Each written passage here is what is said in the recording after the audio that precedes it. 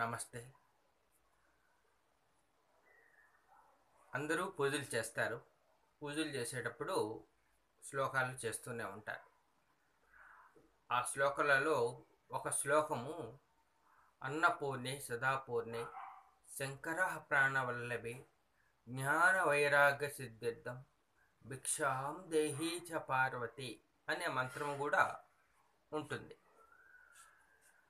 ఈ మంత్రాన్ని రోజుకు ఒకసారే జపిస్తారు. మంచిది. దీన్ని రోజు ఒక 20 సార్లు, 50 సార్లు, 100 సార్లు అట్లా ఒక దీక్షగా ఒక 3 వారాలు, 40 రోజులు, ఒక 100 రోజులు అట్లా పెట్టుకొని దీన్ని నిమ్మలంగా నిదానముగా అన్నపూర్ణేశ్వరు గారిని స్మరిస్తూ కొద్ది రోజులు మీరు చేయగలిగితే జీవితంలో మీకు మీ కుటుంబ సభ్యులకు ఆహారము సంపూర్తిగా లభిస్తుంది. మీరు ఎక్కడున్నా ఆహారం అనేది ఏదో ఒక రూపంలో మీకు అందజేయబడుతుంది. ఇది నా ఎక్స్పీరియన్స్ కూడా. మీరు ఒక మాల తీసుకొని జపం చేసినా ఇంకా బాగుంటుంది. జపం చేయలేకపోయినా మీరు ఎక్కడన్నా ప్రశాంతంగా ఉన్నప్పుడు మినిమం పొద్దున్నే స్నానం చేస్తుంటారు, అప్పుడు చేస్తే బాగుంటుంది. పొద్దునంతా ఆఫీసులకు పనులకు వెళ్తారు కాబట్టి మీరు ఎప్పుడైతే విరామం మీకు కొంచెం సమయం జరుగుతుందో ఆ సమయంలో ప్రశాంతంగా కూర్చోండి. అంతకుముందు కాళ్ళు చేతులు శుభ్రంగా కడుక్కోండి.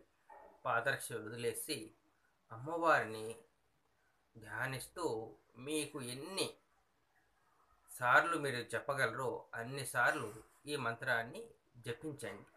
ఈ మంత్రాన్ని కౌంటింగ్ కోసం జపించవద్దు. అమ్మ అనుగ్రహం కోసం జపించండి. 4 సార్లు జపించిన చాలు. కంప్లీట్ కావాలి అంటే 108 కంప్లీట్ కావాలని, 116 కంప్లీట్ కావాలని, 200 కంప్లీట్ కావాలని చక్క చేయడం వల్ల ఫలితం ఉంటుంది. కాకపోతే కొంచెమే ఉంటుంది. ఎక్కువ ఫలితము చిన్నగా చెప్పడం వల్ల ఏమవుతుందంటే ఈ అంతఃకరణ ద్వారా బ్రెయిన్ సిస్టమ్కి లోపల జీవుడికి నాడుల్లోనూ ప్రవేశించి జీవుడికి చేరుతుంది. చక్రాల్లోకి వెళ్తుంది. పంచకోశాలకి కణానికి అణువులోకి చేరుతుంది. స్పీడ్గా జపించడం వల్ల ఏమవుతుందంటే అది వెళ్తుంది, కాకపోతే అంత ఎఫెక్ట్గా వెళ్ళదు. కాబట్టి మీరు జపించే ఈ మంత్రము అమ్మవారిని మనసులో ధ్యానిస్తూ అమ్మవారి నుంచి ఆ శక్తి సహస్రారానికి, బ్రెయిన్కి, ఇట్లా మీ హృదయంలోకి, అట్లా మీ కణాల్లోకి ఆ శక్తిని ఈ చక్రాలు మీకు తెలుసుంటే చక్రాలకి పంచకోశాలకి కూడా వెళ్ళి జీవుడికి కూడా చేరుతున్నట్లు మీరు భావన చేసి జపించగలిగితే ఆ అమ్మవారి కృప మీలోకి వెళ్ళడం వలన ఏమవుతుందిరా అంటే ఆ శక్తి, ఆ మంత్రం యొక్క శక్తి వెళ్ళడం వలన మీకు అన్నము ఎక్కడ పోయినా సమృద్ధిగా 3 పూటలా మీకు లభిస్తుంది. ఇది ఒక నమ్మకంతో ఎవరెవరికి కావాలో వారందరూ చేయగలిగితే ఇది వాళ్ళకి అమ్మవారి యొక్క అనుగ్రహం కలుగుతుంది. వారికి బతకడానికి ఏదో ఒక రూపంలో ఎక్కడి నుంచో ఒకసారి ఏదో ఒక రూపంలో ఆహారం అనేది అందజేయబడుతుంది. కాబట్టి అమ్మవారి మీద భక్తితో మీరు చేయగలిగితే, నమ్మకం ఉంచి మీకు అంత శుభమే జరుగుతుంది. ఈ మంత్రము మళ్ళీ ఒకసారి చెప్తాను. ఈ స్పీడ్లో అయినా మినిమం పలకండి. అన్నపూర్ణే సదాపూర్ణే శంకరః ప్రాణవల్లభే జ్ఞాన వైరాగ్య సిద్ధిర్థం భిక్షాం దేహి చ పార్వతీ.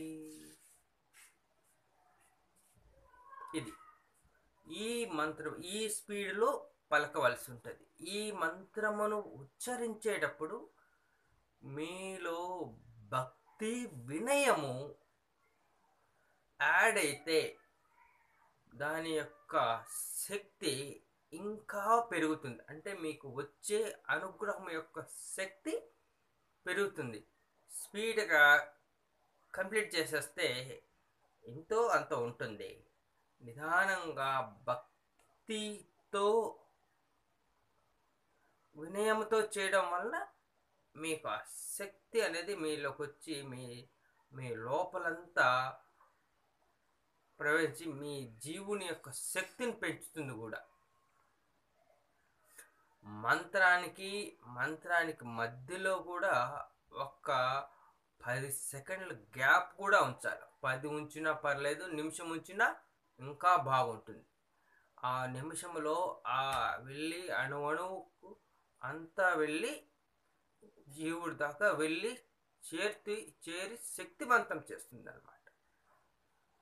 అందరూ అభివృద్ధి చెందాలని ఆశిస్తూ నమస్తే.